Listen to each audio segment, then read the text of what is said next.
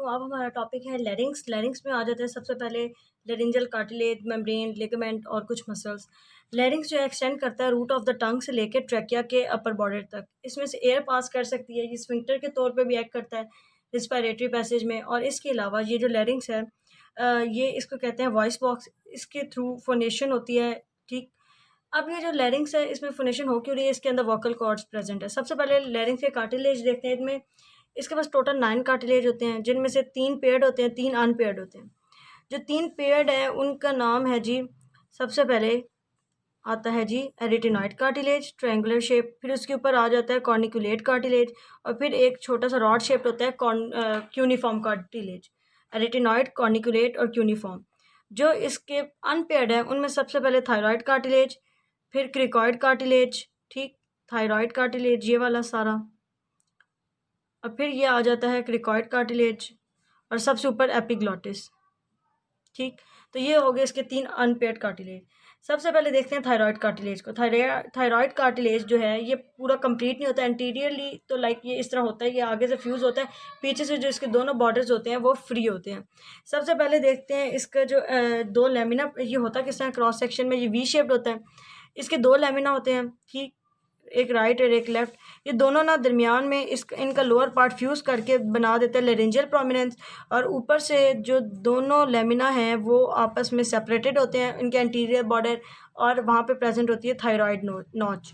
अब जो लेमिना इनके ये जो पोस्टीरियर बॉर्डर है ये ऊपर भी, लाइक वैसे तो कार्टिलेज इतना है ना, तो इनका जो पोस्टीरियर बॉर्डर है ऊपर भी एक्सटेंड करता है थोड़ा सा, और नीचे भी एक्सटेंड करता है, तो बना देता है सुपीरियर इन्फीरियर कॉर्नुआ।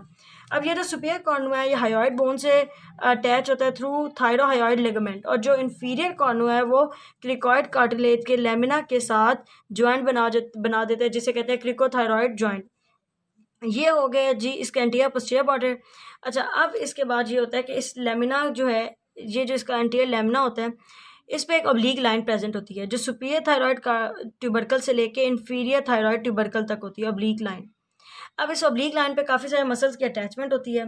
कौन कौन से हैं? थायरोहायोइड, ठीक, थायरोहायोइड मसल, स्टर्नोथायरॉइड मसल, थायरोहायोइड, स्टर्नोथायरॉइड, और एक थायरोफेरिंजियस। थायरोहायोइड, स्टर्नोथायरॉइड और थायरोफेरिंजियस। इसके अलावा जो थायरॉइड कार्टिलेज है इस पर और भी बहुत सारे मसल्स वगैरह की अटैचमेंट होती है जो इसकी इनर साइड पे होते हैं या जो इसके बॉर्डर्स पे अटैच होते हैं। तो इसके जो बॉर्डर है, जो इसका इन्फीरियर कॉर्नुआ है, जो और जो इसका ये लोअर बॉर्डर है, उस पर प्रेजेंट होता है क्रिकॉइड कार्टिलेज। ठीक, इसके लोअर बॉर्डर इन्फीरियर कॉर्नुआ पे क्रिकॉइड कार्टिलेज प्रेजेंट होता है। अब जो इसका पोस्टीरियर बॉर्डर है ये वाला, इस पे मसल्स जो ऊपर से नीचे जा रहे होते हैं उनकी अटैचमेंट होती है। एक्चुअली वो इससे अटैच नहीं होते, वो इसके मसल नहीं होते, वो फेरिंग्स के मसल होते हैं, जैसे कि प्लेटोफेरिंजियस, सेल्पिंजोफेरिंजियस और स्टाइलोफेरिंजियस। उनकी इसके पोस्टीरियर बॉर्डर पे अटैचमेंट होती है। स्टाइलो, सेल्पिंजो और प्लेटोफेरिंजियस जो हैं ये बेसिकली फेरिंजियस के फेरिंग्स के मसल हैं। अब इसके इनर रिस्पेक्ट पे लिगामेंट्स भी अटैच और मसल भी। एक मसल होता है थायरो एपिग्लोटिक मसल जो है, जो थायरॉइड एपिग्लोटिस के दरमियान है, वो अटैच होता है इसकी इनर साइड पे, लाइक ये इनर साइड है। और इसके अंदर अटैच होते हैं vestibular fold, vocal fold, thyro epiglottic ligament भी अटैच होता है, और इसके अलावा अटैच होता है थायरो एरेटिनॉइड मसल और वोकैलिस मसल। ये मसल्स के अटैचमेंट हम एंड पे देखेंगे कि लैरिंक्स के मसल कौन कौन से हैं। इसके बाद अगला जो कार्टिलेज आ जाता है वो है क्रिकॉइड कार्टिलेज। वो रिंग की तरह है, जैसे रिंग उल्टी होती है, लाइक ये आगे से रिंग का वो सर्कल सर्कमफेरेंस, और पीछे ये उसका रिंग का जो भी मोती शोती लगा होता है वो। तो ये जो पीछे वाला पार्ट होता है इसे लेमिना कहते हैं, और ये आगे जो आर्च बनाती है इसे एंटीरियर आर्च कहते हैं। अब ये जो क्रिकॉइड कार्टिलेज है ये ऊपर अटैच है जी थायरॉइड कार्टिलेज के साथ, और थायरॉइड कार्टिलेज जो है जहाँ पे इसका ये लेमिना और ये एंटीरियर आर्च आपस में ज्वाइन कर रही होती है, वहाँ आके इन्फीरियर कॉर्नुआ जो है थायरॉइड कार्टिलेज का वो अटैच होता है, ठीक है, और वहाँ ये बना देते हैं क्रिकोथायरॉइड ज्वाइंट। इसके बाद इसके 2 पार्ट्स हो गए, आर्च और लेमिना। इसके बाद ये जो है इन यहाँ पे तो अटैच है थायरॉइड कार्टिलेज से, सुपीरियरली ये एरिटिनॉइड कार्टिलेज से भी ज्वाइंट बनाता है, जिसे कहते हैं क्रिको एरिटिनॉइड ज्वाइंट। अब इस पे जो अटैचमेंट है जिन मसल्स की उनका नाम है क्रिकोथायरॉइड, क्रिको आर्टिनॉइड, और जो क्रिको और एरिटिनॉइड है वो 2 टाइप का होता है, एक लेटरल और एक पोस्टीरियर। तो मैंने कहा था सबसे पहले क्रिकोथायरॉइड। क्रिकोथायरॉइड जो है थायरॉइड से क्रिकॉइड तक है, तो वो इसके एंटीरियर सरफेस पे प्रेजेंट होता है, यहाँ पे एंटीरियर आर्च पे। फिर जो लेटरल क्रिको एरिटिनॉइड है वो अटैच होता है इसके एंट्रोलेटरल एस्पेक्ट यहाँ पे, और फिर जो पोस्टीरियर क्रिकोएरेटिनॉइड है वो इसके लेमिना की पोस्टीरियर सरफेस से आ रहा होता है। अगला इसमें जो अनपेयर्ड है वो है एपिग्लॉटिक। ये लीफ शेप्ड होता है, ठीक, आगे की तरफ लाइक प्रोट्रूड किया होता है upper part of the larynx से। इसका जो अपर पार्ट होता है फ्री होता है, और जो ये इसके लाइक ये इसका अपर पार्ट है, पोस्टीरियरली देखें, और नीचे से ये अटैच होता है थायराइड, जो थायराइड कार्टिलेज है उसके साथ, थ्रू थायरो एपिग्लॉटिक लिगामेंट। अब इस पे जो अटैचमेंट होती है वो कुछ फोल्ड्स होते हैं, वो अटैच होते हैं लाइक एरी एपिग्लॉटिक फोल्ड, वो बाद में देखेंगे क्या होता है। एरी एपिग्लॉटिक फोल्ड एक उसकी अटैचमेंट होती है, एक हायो एपिग्लॉटिक लिगामेंट की। हायो एपिग्लॉटिक लिगामेंट लाइक ये है, अगर इस नीचे वाले डायग्राम में वेट अगर इस नीचे वाले डायग्राम में देखें तो ये आगे हायोइड बोन है, पीछे एपिग्लॉटिस है। तो जो एपिग्लॉटिस और हायोइड बोन है इन दोनों के दरमियान एक लिगामेंट होता है जिसे हायो एपिग्लॉटिक लिगामेंट कहते हैं। तो इसमें क्या क्या है, एरी एपिग्लॉटिक फोल्ड है, हायो एपिग्लॉटिक लिगामेंट है, और जो है इसके अंदर एक मसल होता है that is thyro epiglottic muscle, ठीक, जो यहाँ लेट इस पे प्रेजेंट होगा थायराइड के दरमियान, थायराइड और इस एपिग्लॉटिस के दरमियान। इसके बाद इस पे जो मसल्स और फोल्ड के बाद अगला जो कार्टिलेज आता है वो है एरिटिनॉइड कार्टिलेज। ये ट्रायंगुलर शेप कार्टिलेज होता है, ठीक है, जो कि ये क्रिकॉइड कार्टिलेज के लेमिना के सुपीरियर बॉर्डर पे प्रेजेंट होता है। एरिटिनॉइड कार्टिलेज जो होता है इसका एक प्रोसेस होती है मस्कुलर और एक इसकी प्रोसेस होती है वोकल। ये मीडियली इसकी प्रोसेस होती है ये वोकल प्रोसेस होती है जिसे वोकल कॉर्ड अटैच होते हैं, और लेटरल जिसकी यहाँ से प्रोसेस होती है उसको मस्कुलर प्रोसेस कहते हैं। अब इसकी जो सरफेसेस होती हैं, एक इसकी एंटीरियर सरफेस होती है और एक इसकी एक इसकी एंट्रोलेटरल सरफेस होती है, एक मीडियल सरफेस होती है और एक पोस्टीरियर। क्योंकि ये ट्रायंगुलर शेप्ड है तो एक ये एंट्रोलेटरल, एक मीडियल और एक पोस्टीरियर, और दो प्रोसेसेस, ठीक। इस पे भी अब काफ़ी सारे मसल्स वगैरह और प्रोसेसेस अटैच होती हैं, लाइक इसके यहाँ पे वोकल प्रोसेस पे वोकल मसल और वोकल कॉर्ड अटैच होती हैं। इसके मस्कुलर प्रोसेस पे मसल्स अटैच होते हैं, जैसे कि पोस्टीरियर क्रिकोएरेटिनॉइड, एंटीरियरली लेटरल क्रिकोएरेटिनॉइड, वो क्रिकॉइड से आ रहे होते हैं और फिर इस पे अटैच हो रहे होते हैं, एंटीरियरली लेटरल और पोस्टीरियरली पोस्टीरियर क्रिकोएरेटिनॉइड। इसके अलावा इसकी जो पोस्टीरियर सरफेस होती है उस पर ट्रांसवर्स एरिटिनॉइड मसल वो अटैच होता है। इसके अलावा इसके पास जो ऑब्लिक एरिटिनॉइड होता है वो अटैच होता है, जो कि ऊपर फिर एक एरी एपिग्लॉटिक मसल है वो बना देता है। ये सारे हम पढ़ेंगे अभी, लिगामेंट्स और मसल्स और ये सारी चीज़ें। पहले हम सिर्फ कार्टिलेजेस को देख रहे हैं। इसके बाद अगला आ जाता है जी कॉर्निकुलेट। कॉर्निकुलेट जो है वो एक्चुअली कॉर्निकुलर नोड्यूल है जो एरिटिनॉइड के ऊपर प्रेजेंट होती है, ठीक। इसकी डायरेक्शन होती है पोस्ट्रोमीडियली, लाइक यूँ पीछे की तरफ पोस्ट्रोमीडियली होती है। अब ये जो है एरी एपिग्लॉटिक फोल्ड जो है उसके पीछे प्रेजेंट होते हैं, एरी एपिग्लॉटिक फोल्ड जो है उसके पीछे प्रेजेंट होते हैं। अब इनके वेंट्रली प्रेजेंट होता है ऊपर, और वेंट्रली तो क्यूनिफॉर्म जो होता है वो रॉड शेप्ड होता है, और वो एक तो इस जो कॉर्निकुलेट है उसके वेंट्रली प्रेजेंट होता है, और जो एरी एपिग्लॉटिक फोल्ड है उसके मैस में प्रेजेंट होता है। लाइक अगर मैं यूँ लेटरली ड्रॉ करूँ, लाइक लेटरल सेक्शन में ये एरी एपिग्लॉटिक फोल्ड है, इसके मैस के अंदर क्यूनिफॉर्म प्रेजेंट है, इसके पीछे जो है वो कॉर्निकुलेट प्रेजेंट है, और उससे पीछे एरिटिनॉइड प्रेजेंट है, तो यूँ करके प्रेजेंट है। तो ये हो गए इसके कार्टिलेजेस। नेक्स्ट आ जाता है इसके ऊपर जो लिगामेंट और मेम्ब्रेन्स है वो। इसमें एक कुछ होती है एक्सट्रिंसिक और कुछ होती है इंट्रिंसिक मेम्ब्रेन। एक्सट्रिंसिक जो है वो है जो इन्हें बाहर दूसरे स्ट्रक्चर से जोड़ रही होती हैं। इनमें एक थायरोहायोइड, एक हायो एपिग्लॉटिक और एक क्रिकोट्रैकियल आ जाती है। क्रिकोट्रैकियल वो है जो क्रिकॉइड कार्टिलेज को ट्रैकिया से जोड़ रही है, ठीक। हायो एपिग्लॉटिक वो है जो एपिग्लॉटिस को, ये जो एपिग्लॉटिस है इसको हायोइड बोन से जोड़ रहा है, हायो एपिग्लॉटिक लिगामेंट। और आखिरी है थायरोहायोइड, जो थायराइड और हायोइड के दरमियान में ये मेम्ब्रेन है वो। तो ये हो गया इसके एक्सट्रिंसिक जो इन्हें हायोइड बोन और जो हायोइड बोन और ट्रैकिया वगैरह से जोड़े हैं। इसके बाद इसके इंट्रिंसिक आते हैं। तो ये आ गया जी लेटरल व्यू। लेटरल व्यू में सबसे आगे है ये ऊपर हायोइड बोन, ये है जी एपिग्लॉटिस, थायराइड कार्टिलेज, फिर क्रिकॉइड कार्टिलेज, ये एरिटिनॉइड और उसके ऊपर कॉर्निकुलेट कार्टिलेज, ठीक। अब लेटरल व्यू में हमने देखना फाइब्रो इलास्टिक मेम्ब्रेन को। फाइब्रो इलास्टिक मेम्ब्रेन जो है वो क्या होता है, उसके दो पार्ट्स होते हैं। एक ऊपर वाला पार्ट कहलाता है क्वाड्रेट मेम्ब्रेन, ठीक, और जो नीचे वाला पार्ट है उसको कहा जाता है कॉनस इलास्टिकस। कॉनस इलास्टिकस जो है थायराइड और क्रिकॉइड कार्टिलेज के दरमियान है, और जो क्वाड्रेट मेम्ब्रेन है वो एपिग्लॉटिस और पीछे एरिटिनॉइड और थायराइड के दरमियान में होती है। इन दोनों पार्ट्स को सेपरेट कर रहे होते हैं एक साइनस, जिसे वेंट्रिकल भी कहते हैं, ठीक। अब ये जो क्वाड्रेट मेम्ब्रेन है ना, इसका अपर एंड जो है वो अपने ऊपर फोल्ड होकर बना देता है एरी एपिग्लॉटिक फोल्ड, जो एपिग्लॉटिस के साथ होते हैं, ठीक है, दोनों साइड्स पे। इसके अलावा जो इसका नीचे वाला एंड है, लोअर एंड है, वो अपने ऊपर फोल्ड होकर बना देता है वेस्टिबुलर फोल्ड। ये वेस्टिबुलर फोल्ड हो गए। अब जो नीचे से कोनस इलास्टिक है उसका अपर बॉर्डर अपने ऊपर फोल्ड होकर बना देता है वोकल फोल्ड। अब ये जो इनके दरमियान वोकल फोल्ड और जो वेस्टिबुलर फोल्ड है उनके दरमियान में ये प्रेजेंट होती है साइनस। इस साइनस को कहते हैं वेंट्रिकल, और ये वेस्टिबुलर फोल्ड से अपर पार्ट जो भी होता है उसको सुप्राग्लॉटिस, और वोकल कॉर्ड से नीचे वाले पार्ट को इंफ्राग्लॉटिस कहते हैं। Supraglottis, ventricle, infraglottis. अब सुप्राग्लॉटिस जो है इसमें कभी कभी एक सेक्यूल ऑफ लेरिंग्स प्रेजेंट होता है, डायवर्टिकुलम। उसमें क्या होता है, म्यूकस ग्लैंड होते हैं जो कि इन वोकल फोर्ड्स को लुब्रिकेट कर रहे होते हैं, तो हम इसको कहते हैं ऑयल टैंक ऑफ लेरिंग्स। तो ये हो गया जी इसका इंट्रिंसिक जो भी है, इंट्रिंसिक लिगामेंट और मेम्ब्रेन। नेक्स्ट इसमें आ जाता है इंट्रिंसिक मसल्स। लेरिंग्स जो है उनमें सबसे पहले आ जाता है जी क्रिकोथायरॉयड। इसने क्या करना है, क्रिकॉइड के लोअर बॉर्डर से शुरू होना है और थायरॉयड के लोअर बॉर्डर तक जाना है, ठीक।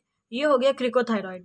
इसके बाद अगला आता है जी क्रिकोएरिटिनॉइड। ये दो होते हैं, एक पोस्टीरियर और एक लेटरल। क्रिकोएरिटिनॉइड ने जो है क्रिकॉइड कार्टिलेज जो है उसके जो लेमिना है ना पीछे, उसके पोस्टीरियर सरफेस से स्टार्ट करना है, और जो ऊपर एरिटिनॉइड है उसकी मस्कुलर प्रोसेस के पोस्टीरियरली अटैच हो जाना है यहाँ पे। पोस्टीरियर सरफेस से स्टार्ट होके posterior surface of muscular process of arytenoid पर अटैच होना है। अब जो लेटरल क्रिकोएरिटिनॉइड है उसने क्या करना है, जो एंट्रोलेटरल मार्जिन है क्रिकॉइड कार्टिलेज का उससे स्टार्ट करना है, और जो मस्कुलर प्रोसेस है एरिटिनॉइड की उसके एंटीरियर सरफेस पे अटैच हो जाना है, ठीक। एंट्रोलेटरल सरफेस ऑफ क्रिकॉइड से मस्कुलर प्रोसेस तक, उसके एंटीरियर सरफेस तक। नेक्स्ट आता है ट्रांसवर्स एरिटिनॉइड। उसने एक एरिटिनॉइड से शुरू होना है, दूसरे एरिटिनॉइड पर ख़त्म हो जाना है। अगला ऑब्लीक एरिटिनॉइड। अब ऑब्लीक एरिटिनॉइड ने क्या करना है, एक एरिटिनॉइड प्रोसेस की मस्कुलर प्रोसेस से शुरू होना है और दूसरे की टिप पे चले जाना है, मस्कुलर प्रोसेस टू टिप। ये हो गया ऑब्लीक एरिटिनॉइड। इसके बाद अगला आ जाता है जी एरी एपिग्लॉटिक। इसने इसी ऑब्लीक के जो है ना कॉन्टिन्यूएशन होना है और एपिग्लॉटिस के साथ साथ चलते जाना है। इस डायग्राम में ये है जी ऑब्लीक एरिटिनॉइड, और ये साथ ऊपर कंटिन्यू कर गया एज एरी एपिग्लॉटिक मसल। ये हो गया। इसके बाद अगला आ जाता है थायरो एरिटिनॉइड और थायरो एपिग्लॉटिक। थायरो एरिटिनॉइड ने जो है थायराइड के एंगल से स्टार्ट करना है, ये थायराइड की इनर जो सरफेस है उसमें एंगल से स्टार्ट करना है, और पीछे एरिटिनॉइड के एंट्रोलेटरल सरफेस तक चला जाना है। इसके बाद अगला आ जाता है जी वोकैलिस। वोकैलिस ने भी इसके एंगल से स्टार्ट करने के बाद वोकल प्रोसेस जो है उस पर अटैच हो जाना है, पीछे एरिटिनॉइड जो है उसकी वोकल प्रोसेस पर अटैच होना है। अच्छा, ये जो था थायरो एरिटिनॉइड, इसका कुछ पार्ट जो एरी एपिग्लॉटिक फोल्ड के साथ ऊपर चला जाता है वो बन जाता है थायरो एपिग्लॉटिक, ठीक। स्टार्ट थायराइड कार्टिलेज से ऊपर एपिग्लॉटिस तक। तो ये हो गया इसके इंट्रिंसिक मसल। नेक्स्ट देखते हैं इसके मसल्स का mechanism of action. Mechanism of action ये है कि वोकल कॉर्ड्स या तो एडक्ट करें या एबडक्ट करें, या फिर रिलैक्स करें अंदर की तरफ मूव करके इस तरह, या फिर टेंस करें जब इनमें खिंचा हुआ है। अच्छा, अब इनकी जो मूवमेंट्स है वो कौन कौन से मसल्स करवा रहे हैं। सबसे पहले आ जाता है जी इसकी एबडक्शन, वोकल कॉर्ड्स की एबडक्शन। पहले तो उसके लिए ये देख लेते हैं कि ये अगर एरिटिनॉइड प्रोसेस है और ये भी एक एरिटिनॉइड कार्टिलेज है, तो इसकी एंटीरियर प्रोसेस जो है ये वोकल प्रोसेस है, इसके साथ वोकल कॉर्ड अटैच है, और ये जो इसकी लेटरल प्रोसेस है ये मस्कुलर प्रोसेस है। अब जब ये समझो कि ये इसका सेंटर पॉइंट है, ठीक है। जब मस्कुलर प्रोसेस जो है लेटरली मूव होगी किसी मसल की वजह से, तो ये जो वोकल प्रोसेस है ये यूं घूम के मीडियली आएगी, ठीक। लाइक वो यहाँ से यहाँ आ जाएगी, और ये दोनों साइड के जो वोकल कॉर्ड्स हैं ये करीब आएंगे। दूसरा केस क्या होता है कि अगर कोई भी ऐसा मसल है जो कि इस मस्कुलर प्रोसेस को मीडियली मूव करवा रहा है, तो ये जो आगे वाली वोकल प्रोसेस है ये लेटरली मूव करेगी, ठीक। जब ये लेटरल मूव करेगी तो वोकल कॉर्ड जो हैं वो एबडक्ट कर जाएंगे। इधर कभी अगर लेटरल हो जाती है, ठीक, तो वोकल कॉर्ड्स एबडक्ट कर जाते हैं। तो अब कौन सा मसल है जो एबडक्ट करवाते हैं, कौन सा एडक्ट करवाते हैं, वो देखते हैं। सबसे पहले एबडक्शन करवा रही है क्रिकोथायरॉइड, पोस्टीरियर क्रिकोएरिटिनॉइड। पोस्टीरियर क्रिकोएरिटिनॉइड ने क्या करना है, इसने मस्कुलर प्रोसेस जो है ये वाली उसको मीडियली मूव करवाना है, ठीक है, कंस्ट्रिक्ट करना है और मस्कुलर प्रोसेस को मीडियली मूव करवाना है। उससे ये होना कि जो आगे वोकल प्रोसेस है ना उसने ये मस्कुलर प्रोसेस आई है ना मीडियली, तो ये वोकल प्रोसेस जो आगे वाली है ये लेटरल चली जाएगी यूँ घूम के। तो जब ये लेटरल जाएगी तो वोकल कॉर्ड जो हैं वो एबडक्ट हो जाएंगी, ठीक। तो एबडक्शन किसने करवाई, पोस्टीरियर क्रिकोएरिटिनॉइड ने। अब दूसरी आ जाती है एडक्शन। एडक्शन में ये लेटरल क्रिकोएरिटिनॉइड है, लेटरल क्रिकोरेटिनॉइड ये लेटरली अटैच है। जब ये कंस्ट्रिक्ट करेगा तो ये जो मस्कुलर प्रोसेस है ये लेटरल मूव करेगी। जब ये लेटरल मूव करेगी, लाइक ये मस्कुलर प्रोसेस जो है ये लेटरल मूव किया, तो जो वोकल प्रोसेस है वो मीडियली आ जाएगी। जब मीडियली आएगी तो दोनों साइड के वोकल कॉर्ड्स भी मीडियली आएंगे और एडक्ट कर जाएंगे। ठीक, इसके अलावा जो ट्रांसवर्स एरिटिनॉइड है ये दोनों मस्कुलर प्रोसेस से नहीं अटैच, पूरी एरिटिनॉइड प्रोसेस से अटैच है। तो वो जब दोनों एरिटिनॉइड को जब वो कंट्रैक्ट करेगा ट्रांसवर्स एरिटिनॉइड, तो वो दोनों एरिटिनॉइड को पूरा पूरा यूं ही करीब ले आएगा उनके एंटीरियर प्रोसेसेस को, तो वो भी एडक्शन करवा देगा। ठीक है, तो एबडक्शन एक पोस्टीरियर क्रिकोएरिटिनॉइड ने की थी, और एडक्शन जो है वो लेटरल क्रिकोएरिटिनॉइड और साथ ट्रांसवर्स क्रिकोएरिटिनॉइड दोनों कर रहे थे। अब आ जाती है टेंशन और रिलैक्सेशन। सबसे पहले रिलैक्सेशन, जो थायरोएरिटिनॉइड है, थायराइड और एरिटिनॉइड के दरमियान जो मसल है ये वाला, ये जब इस तरह अंदर की तरफ कॉन्ट्रैक्ट करता है ना, तो ये जो वोकल कॉर्ड्स हैं यूं, ये भी रिलैक्स करते हैं। ठीक, और जब ये वापस नॉर्मल पोजीशन पे आ जाते हैं तो वोकल कॉर्ड भी अपनी नॉर्मल पोजीशन जो उनकी उस पे आ जाते हैं। तो ये इनके कॉन्ट्रैक्शन से रिलैक्सेशन हो रही है वोकल कॉर्ड्स की, और वोकैलिस मसल जो है उससे भी रिलैक्सेशन होती है, क्योंकि वो भी यूं मीडियली अंदर की तरफ कॉन्ट्रैक्ट करता है ना। अब अगला आ जाता है जी इसकी टेंशन। इसकी टेंशन ये होती है कि ये थायराइड कार्टिलेज है और ये क्रिकॉइड कार्टिलेज है। क्रिकॉइड और थायराइड के दरमियान प्रेजेंट है क्रिकोथायराइड मसल। अब ये जो क्रिकोथायराइड जब कंस्ट्रिक्ट करता है तो ये क्रिकॉइड कार्टिलेज को यहाँ से घुमा के इस तरह कर देता है। ठीक, मतलब यूं ऊपर ले जाता है। जब ये इसको ऊपर लेके जाता है तो जो एरिटिनॉइड कार्टिलेज इधर से पीछे क्रिकॉइड के साथ लगा हुआ है वो भी ऊपर की तरफ ऐसे खींचता है। जब वो ऊपर की तरफ खींचता है ना, तो उसका ये जो वोकल कॉर्ड्स हैं वो आपस में वो एक्सटेंड कर जाते हैं। एक्सटेंड करने से उनके अंदर टेंशन आती है। जैसे इस डायग्राम में लाइक ये थायराइड कार्टिलेज को आगे से क्रिकॉइड कार्टिलेज अपनी तरफ क्रिकॉइड कार्टिलेज की तरफ क्रिकोथायराइड मसल ने खींचा, ये अपनी इस नॉर्मल पोजीशन से हॉरिजॉन्टल से थोड़ा सा आगे की तरफ बेंट हो गई। जब ये बेंट हुई तो ये जो वोकल कॉर्ड था ये अंदर स्ट्रेच हुआ था। स्ट्रेच होने से इसके अंदर आ गई टेंशन। तो क्या हो गया, एडक्शन, एबडक्शन, टेंशन और रिलैक्सेशन, ये सारे मसल्स की होगी। ये लैरिंग्स की ओपनिंग और क्लोजिंग है। सबसे पहले क्या होता है कि ये लैरिंग्स की ओपनिंग है। ठीक है, इसके आगे ये होता है जी थायराइड कार्टिलेज। थायराइड कार्टिलेज के ये पीछे से आ रहा है एक फोल्ड जिसका नाम है जी एपिग्लोटिस। ये एपिग्लोटिस का फोल्ड है। अब ये एपिग्लोटिस ने इस लैरिंजियल ओपनिंग को कवर करना होता है। होता क्या है कि जो इसको क्लोज कर रहे हैं इस लैरिंग्स की इनलेट को, वो दो मसल्स हैं, ओब्लिक एरिटिनॉइड और एरी एपिग्लोटिक फोल्ड, एरी एपिग्लोटिक मसल्स। एरी एपिग्लोटिक मसल एपिग्लोटिस के यहाँ साथ साथ अटैच है और पीछे एरिटिनॉइड से अटैच, ओब्लिक एरिटिनॉइड की कॉन्टिन्यूएशन होते हैं। यहाँ पीछे ओब्लिक एरिटिनॉइड होता है, उसकी कॉन्टिन्यूएशन होता है एरी एपिग्लोटिक मसल। ठीक है, जो एपिग्लोटिस के पीछे से आते हैं। जब ये कंस्ट्रिक्ट करते हैं, ठीक, तो ये लैरिंग्स के ऊपर आ जाता है। ये फोल्ड पीछे की तरफ, जो एपिग्लोटिस है वो पीछे की तरफ गिरता है और लैरिंग्स की ओपनिंग क्लोज हो जाती है। ठीक, दूसरे में क्या होता है, अब इसकी ओपनिंग कैसे होनी है।